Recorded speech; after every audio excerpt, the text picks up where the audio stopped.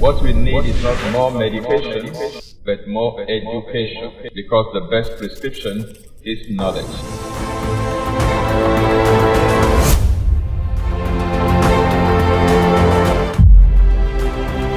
This is Exposé coming to you live from Lagos, Nigeria, every Monday on Instagram, YouTube, and Facebook simultaneously.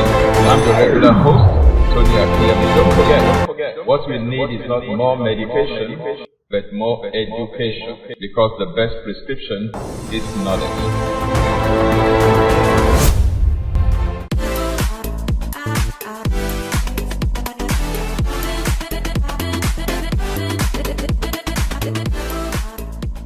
Hello and welcome. This is Exposé with Tony Akinyemi. It's always my joy to come your way every Monday, 8 p.m. West African time. Our conversation continues on environmental toxins. We have looked at categories of toxins. We've looked at different sources of toxins in the environment, how toxins get into our bodies in the environment, the different sources. Today, we want to commence with what I call the Gang of Five, particularly in the category of heavy metals and light metals, or what I call metal toxicity or metallosis. Okay? So, let's look at the menace of light and heavy metals, the Gang of Five. So, which metals made this gang? Among light and heavy metals that are particularly notorious in our environment and affect our health in many ways are those that made the list of the Gang of Five. And I have them as aluminum, which is a light metal. And then we have lead, which is probably the most notorious of them. Then we have mercury. And then, of course, arsenic and cadmium. The first three are particularly very notorious: aluminum, lead, and mercury. Then there are cousins, arsenic and cadmium. Again, let me make the impression here that these metals, though toxic to human health, are mineral resources in countries, and they have very, very useful applications, industrial application in particular, in manufacturing and even in medical application. Okay, for example, mercury is used in thermometers to take body temperatures. All right, lead is used in making batteries. All right, aluminum is used in construction of, vessels, aircrafts, vehicles, ship, and what have you. So they are very, very useful mineral resources, but when they get into the wrong places, in the human body in particular, they can wreak a lot of havoc. That's why I call them the Gang of Five. So we start with aluminum.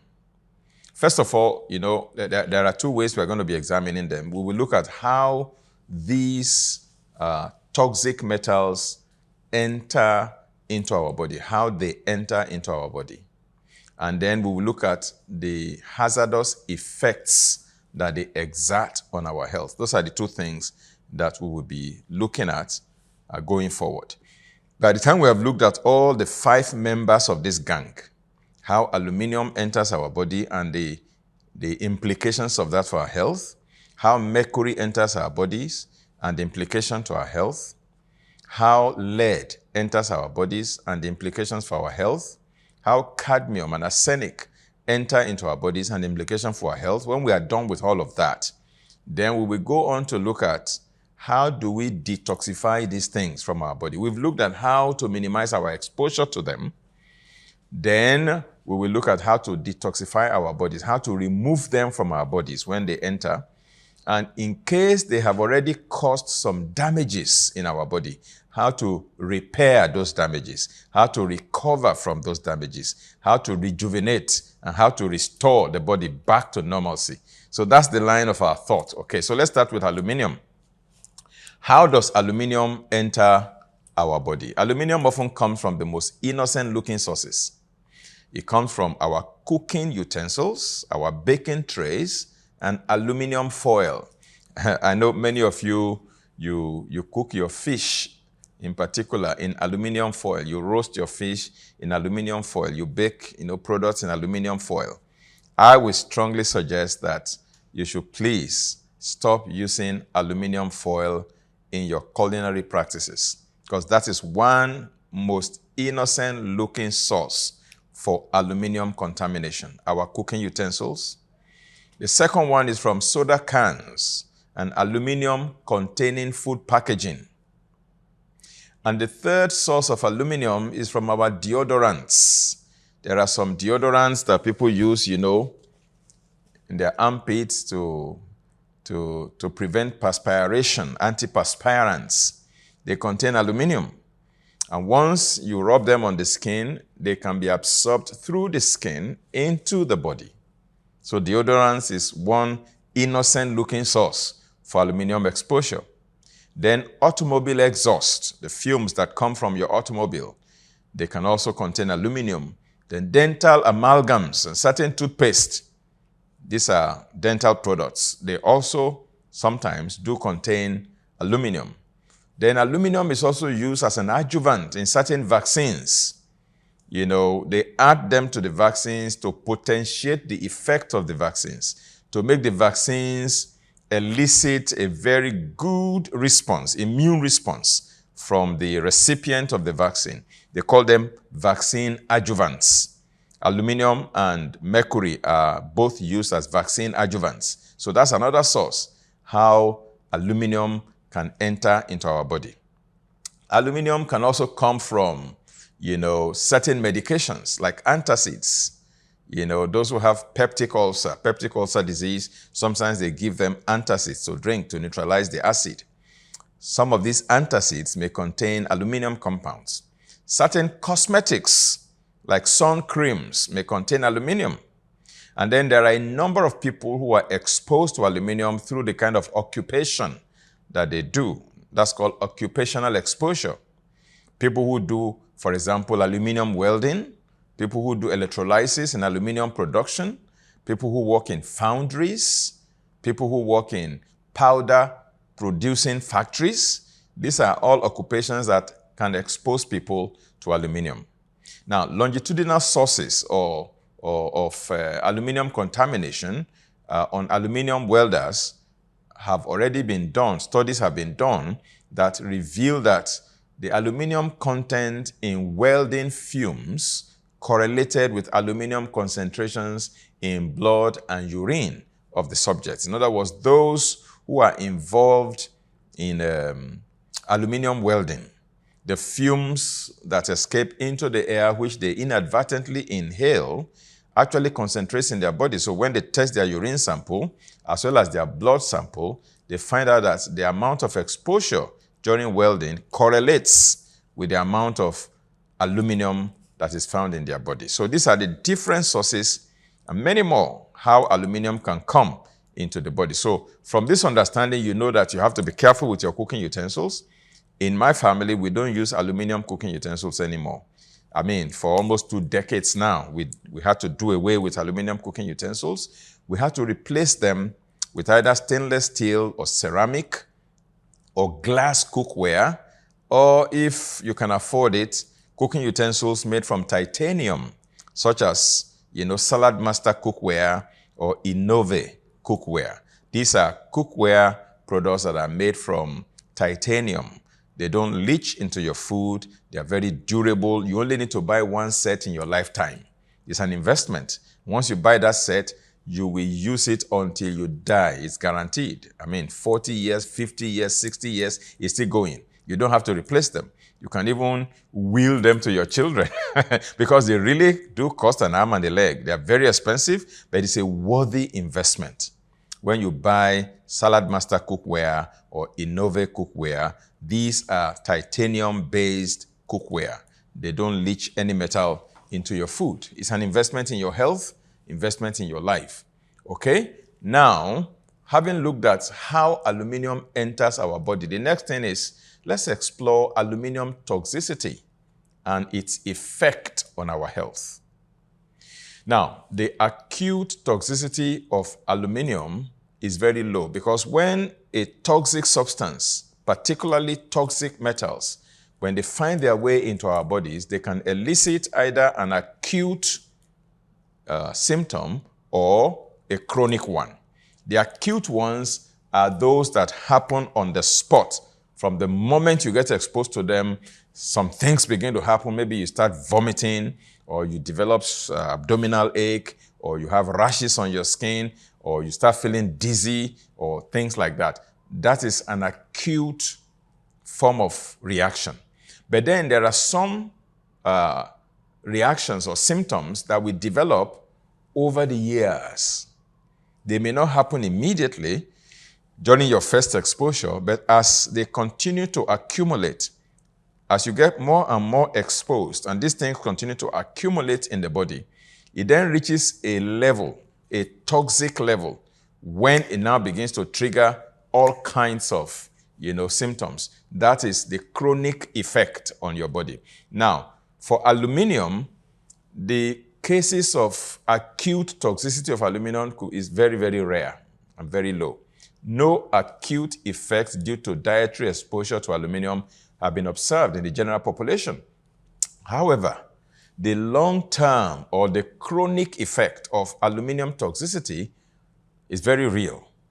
And this may include carcinogenicity, cancer-causing, effects, or neurotoxicity, something that has to do with neurodegeneration or neurodegenerative diseases like Alzheimer's disease, for example. Now, the long-known aluminum-related chronic diseases that have been studied by some researchers include aluminosis, which is aluminum toxicity, or dialysis encephalopathy syndrome. People who are on dialysis, they used to have a compound of aluminum as part of the things they use in dialysis, and they found that it was beginning to cause a problem in the subjects being dialyzed. So that condition is known as dialysis encephalopathy syndrome. Okay? Alzheimer's disease is another one that most researchers are harping upon, that aluminum toxicity can cause Alzheimer's disease. And then, of course, when it comes to carcinogenicity, on the long run, aluminum toxicity is also alleged to be able to cause breast cancer, for example. So Alzheimer's disease, it has been found that people who have Alzheimer's disease, that they usually have elevated aluminum content in their body, particularly in their brains. So this elevated aluminum content that has been found in the brains of persons with Alzheimer's disease is what is making many scientists to believe that aluminum could be the cause of Alzheimer's disease, even though that remains unclear in the minds of some others. Many scientists, again, are asking whether the elevated amount of aluminum found in the brain of those with Alzheimer's disease is actually the cause of Alzheimer, or whether it is Alzheimer that is occasioning the rise in the level of aluminum in the brain. In other words, it remains unclear whether this elevated aluminum level in the brain is a cause or an effect of the disease. But many people believe that it is a cause. Okay, now breast cancer as well, there is a lot of conflicting evidence on whether aluminum actually is a carcinogen or not, but a number of researchers believe that it is. Now, a particular scientist, Catherine Klotz, and her colleagues published an article in the National Institute of Health's National Library of Science on September 29, 2017, and the title of that publication was The Health Effects of Aluminum Exposure. The Health Effects of Aluminum Exposure. You can find it at the website of the National Institute of Health, which is a government website in the USA. And that report reads in part, and I quote, it says, aluminum exhibits a high affinity to proteins, which it is able to cross-link. And in contrast to other ubiquitously occurring metals, such as iron, manganese, and zinc, the publication says aluminum is not known to perform a physiological function in the human organism. Now, clinically relevant neurotoxic effects have been described in dialysis patients. Aluminum salts, which were formerly added to the dialysate as a phosphate binder, were identified as the causal agents, when patients exhibited elevated aluminum concentrations in plasma as well as in brain tissue. And those who were affected showed disorientation, memory impairments, and at advanced stages, it even gave rise to dementia. The cause of these effects lies firstly in the slow removal of aluminum from the brain, and secondly in the multitude of biological processes affected by aluminum in the brain. Unquote, from the National Institute of Health, the United States government website. Okay, now, so what that report is saying is that there is no known physiological function for aluminum in the human body. We know iron has a physiological function in the human body. Zinc has a physiological function. Manganese has a physiological function. In other words, there are some, usefulness for these metals in the body. Iron, for example, is used to build hemoglobin in blood and what have you.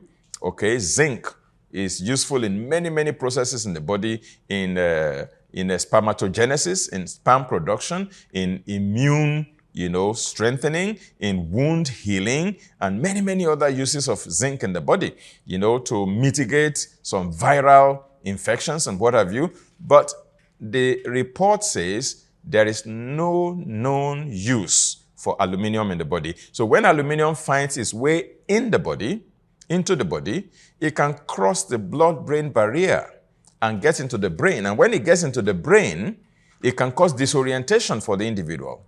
It can cause memory impairment for the individual. It can even lead to dementia for the individual. And the cause of these effects lies in two things. Number one, it lies in the fact that aluminum is not readily or easily removed from the body. It gets into the body and it doesn't want to go out. So it continues to accumulate.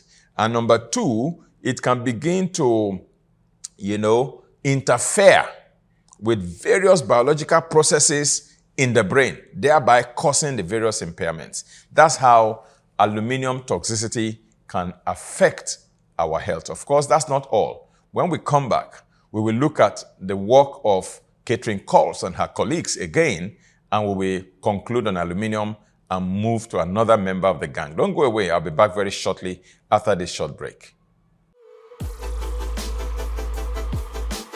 Get ready for an unforgettable experience at the 5F Conference coming to you this September. This one-of-a-kind conference is designed to focus on 5 key areas: faith, family, future, finance, and fitness. Prepare yourself for an extraordinary session with our dynamic 5F Conference speakers, Reverend Tony Akinyemi, Pastor Wole Abayomi, Professor Bamitale Omole, Pastor Wesley Ogude, and Reverend Austin Ukpohe. Secure your spot now at 5fconference.tsfchurch.com. Meet Emily. She is passionate about living a healthy life, but finds it difficult to access information on health and wellness.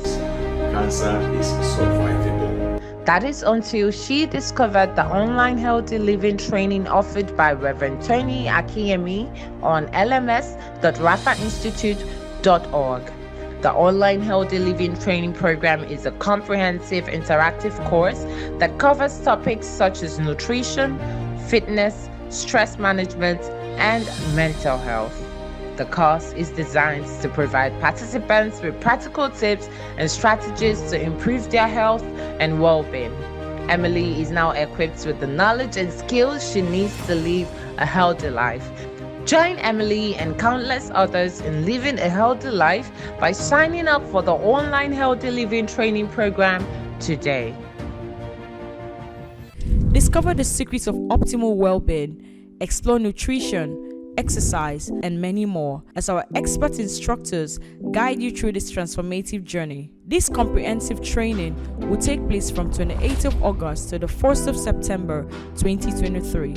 with sessions running from 9 a.m. to 5 p.m. daily at 18 Shogunle Street, off Mobolaji Bank Anthony Way, between Sheraton Hotel and Eko Hospital, Ikeja, Lagos. Whether you're a beginner or someone seeking to deepen your understanding, this training is perfect for all levels of knowledge and experience.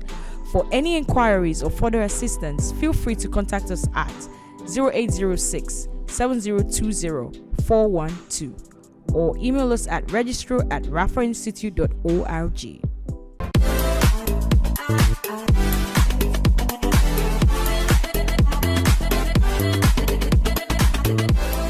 Welcome back. This is still Exposé with Tony Akinyemi this beautiful Monday evening in the month of August 2023. Don't forget, what we need is not more medication, but more education, for the best prescription is knowledge. Today we have looked at how one of the members of the Gang of Five, the Gang of Five include lead, aluminium, mercury, cadmium, and arsenic. Important minerals, mineral resources that could be very useful for many applications. But then the wrong place to find them is in the human body. When they get into the human body, they can cause problems for us. And we're starting with number one on the list, not necessarily in the order of their notoriety or importance, but just because, aluminium is the most abundant metal on the planet. We're starting with aluminium. And we have looked at how aluminium finds its way into the body so we can all be on guard. You can install MayGuard, security guards, sentinels on those pathways so you don't allow aluminium to get into your system. You need to overhaul your cooking utensils. If you're still using aluminium cooking utensils like your kettle, your frying pans, your cookware, you need to discard them and change them to glass cookware, ceramic cookware, heavy gauge stainless steel cookware, maybe even cast iron cookware. And then, of course, you can use clay pots, but you have to be sure that the clay pots also don't contain toxic, metals like lead or arsenic or things like that, okay, because they too can contain that. And then, of course, I highly recommend cooking utensils that are made from titanium. And you can find that in either Innove cookware or Salad Master cookware. All right. And it's a once in a lifetime investment. It costs an arm and a leg, but once you save towards it and you acquire one set for yourself, that's it for the rest of your life. In fact, your children can inherit it as part of the things that you bequeath unto your posterity. Right, and so cooking utensils, and then soda cans, then aluminum foil, deodorants, automobile exhaust. That's why most of the time when I drive on Lagos streets, I like to wind up my car and put on my AC because of all kinds of exhaust on the road that can get into the car. If you're on the freeway, okay, you can wind down and enjoy the breeze. There's no problem with that. In the countryside, all the trees and all the greens all over, you get a lot of oxygen there. But when you are in downtown in particular, where there's a lot of traffic and a lot of exhaust from vehicles, it's best you wind up and you don't allow those fumes to enter you. Then dental amalgams is a source of aluminum, certain toothpaste, okay, certain vaccines that have aluminum as adjuvants, some antiperspirants, certain medications like antacids, some cosmetic products like sun creams. And if you work in an environment where aluminum exposure is high, you need to be mindful. You need to probably wear the necessary mask to be able to protect yourself while you're working so you don't inhale those fumes into your lungs. All right. So knowing those sources helps us to be able to protect ourselves. And we said the effect of aluminum toxicity can be neurotoxicity or carcinogenicity. It can cause, aluminosis, which is aluminum toxicity. It can cause problems like encephalitis syndrome in dialysis patients. In those days when they used to use those aluminum salts, they don't use them anymore because now the correlation and the connection has been established. And then it can lead to Alzheimer's disease. Some people propose, and some people also allege it can lead to breast cancer.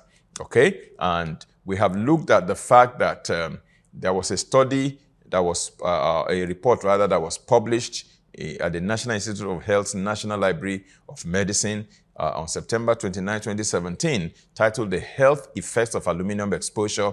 And there, two things were established. Number one, aluminum has no physiological function in the human organism. And number two, when aluminum gets into the body, it can cross the blood-brain barrier into the brain. And when it gets there, it's not easy to eliminate it out of your system. And it begins to cause problems in the central nervous system that can lead to disorientation, memory impairments, dementia, Alzheimer's disease, and what have you. Now, so when aluminum gets in, to get out is a problem. So don't let it get in the first place. Now, according to Catherine Coles and her colleagues again, in that article that was published, at the NIH website in the USA, they said, and I quote, "In addition to inducing oxidative stress and binding to negatively charged membrane structures in neurons, aluminum is able to modify hippocampal calcium signal pathways that are crucial to neuronal plasticity and hence to memory. Cholinergic neurons are particularly susceptible to aluminum neurotoxicity, which affects synthesis of the neurotransmitter acetylcholine. Particularly, the latter two neurological or neurobiological effects are also relevant in the presumed association between aluminum and Alzheimer's disease, which is called the Alzheimer's hypothesis." Initially, scientists were denying the fact that aluminum could have anything to do with Alzheimer's disease. But now, scientists are beginning to pay attention to it, and that's why it has now become a recognized hypothesis, even though for some people, the jury is already in. Aluminum-related neurotoxic effects could be, very, very, very debilitating. And sometimes the effect could be reversed once aluminum contamination was no longer present in the individual that is so contaminated, particularly for those who were dialyzed during dialysis, with aluminum salts. Okay, so if somebody has aluminum toxicity, if you can find a way to detox the aluminum from the person's body through metal chelation, then somehow the impact, the effect that it has had on the body may be reversed, but not 100%, categorical. Now we're going to move to yet another of the members of the Gang of Five. This one is lead.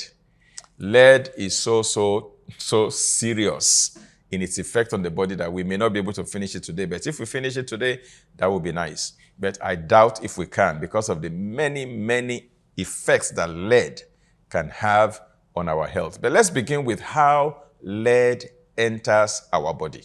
I think that is of utmost interest. How does lead manage to enter into the human body? Now, let me start with Nigeria in particular and some other parts of West Africa. There is this beauty products, that people use, they put it on their eyes this way, they put it on this one like that. We call it in Yoruba language in Western Nigeria, tiro. Tiro is typically made of lead. It's a cosmetic product. People use it just for beauty. They just, use it to, like an eyelash like that. They put it right there. Tiro. Hey, ladies and gentlemen, Nigerians, particularly Yorubas and Hausas that use a lot of tiro, please, tiro is lead. Lead. And lead is a toxic heavy metal, very toxic to the human body. That's one source. And they even put it in the eyes of babies, children. I mean, I grew up seeing mothers in Western Nigeria putting a lot of tiro, seeing mothers in Northern Nigeria, Hausa Fulani extraction, putting a lot of tiros. I don't know whether other tribes in Nigeria do that, but I know the Yorubas. I am a Yoruba person, for example. The Yorubas and the Hausas, the Fulanis, they use a lot of tiro, and tiro is lead. Please, it's very, very toxic to the body, particularly to children. That's one source where lead enters our body. Another one is from leaded fuel. leaded fuel.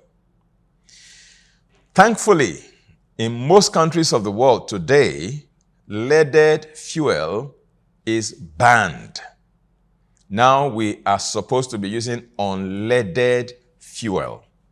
I think Nigeria was one of the last countries to finally outlaw leaded fuel. Somebody was saying the other day, I think it was only in 2006 or so, that Nigeria finally banned leaded fuel, whereas many other countries, was it 2006 or 2016? I'm not sure. But many other countries have banned leaded fuel many years before then. They add lead to fuel to help the combustion to combust properly and better.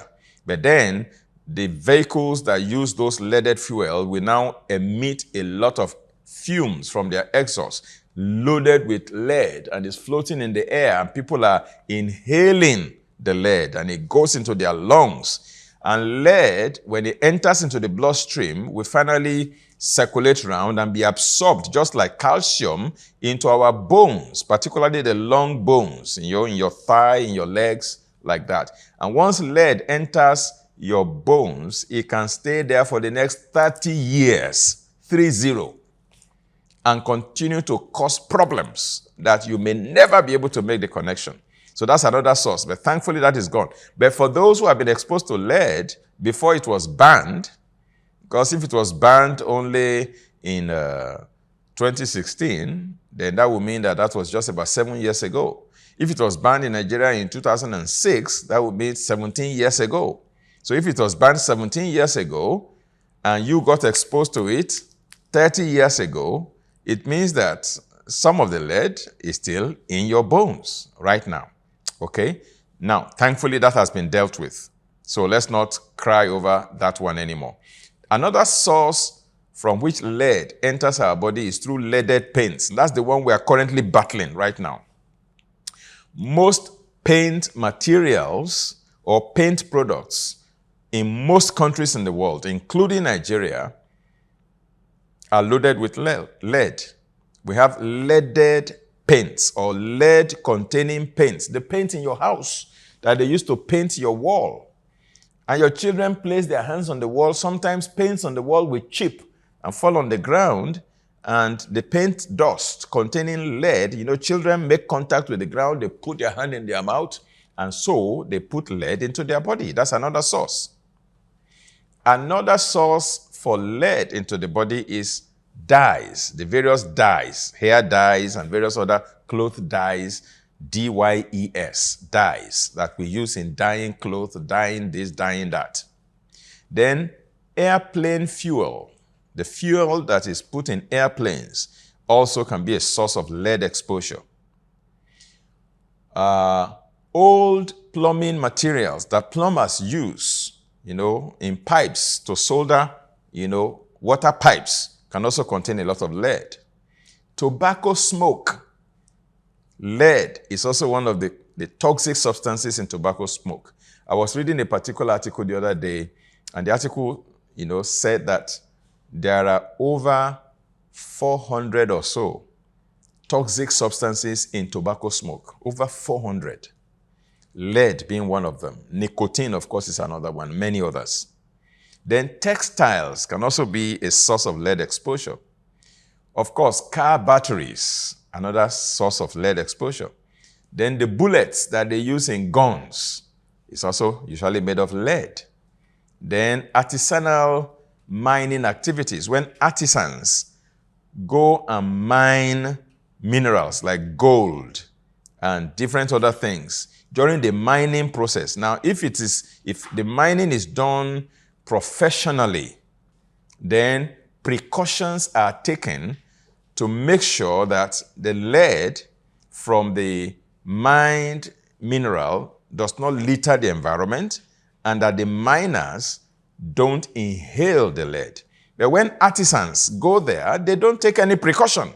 They just, want to get these, precious metals so they can make quick money.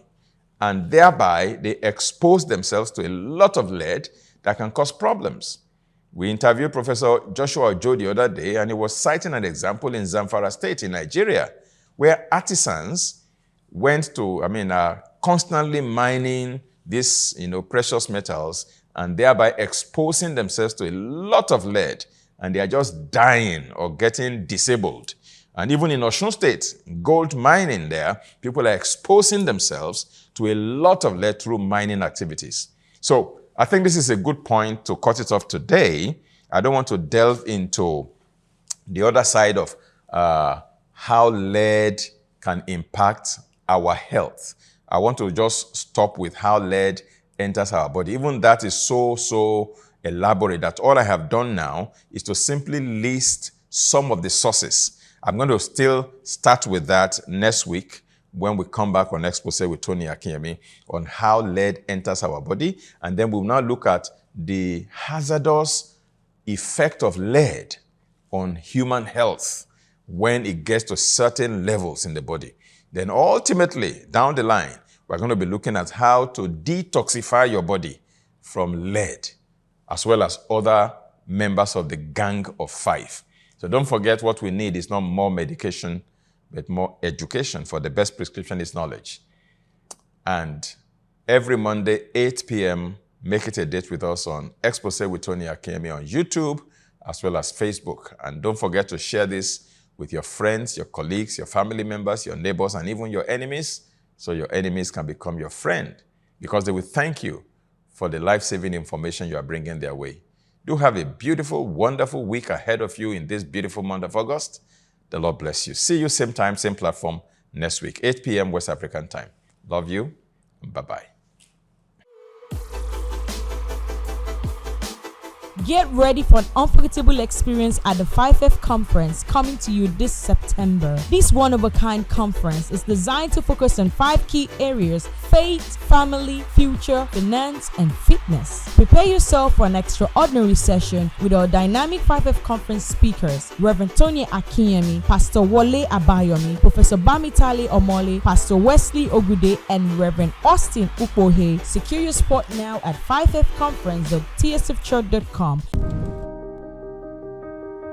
Meet Emily. She is passionate about living a healthy life, but finds it difficult to access information on health and wellness. Cancer is survivable. That is until she discovered the online healthy living training offered by Reverend Tony Akinyemi on lms.rafainstitute.org. The online healthy living training program is a comprehensive interactive course that covers topics such as nutrition, fitness, stress management, and mental health. The course is designed to provide participants with practical tips and strategies to improve their health and well-being. Emily is now equipped with the knowledge and skills she needs to live a healthy life. Join Emily and countless others in living a healthy life by signing up for the online healthy living training program today. Discover the secrets of optimal well-being, explore nutrition, exercise, and many more as our expert instructors guide you through this transformative journey. This comprehensive training will take place from 28th of August to the 1st of September 2023, with sessions running from 9 a.m. to 5 p.m. daily at 18 Shogunle Street, off Mobolaji Bank Anthony Way, between Sheraton Hotel and Eko Hospital, Ikeja, Lagos. Whether you're a beginner or someone seeking to deepen your understanding, this training is perfect for all levels of knowledge and experience. For any inquiries or further assistance, feel free to contact us at 0806 7020 412 or email us at registrar@rafainstitute.org.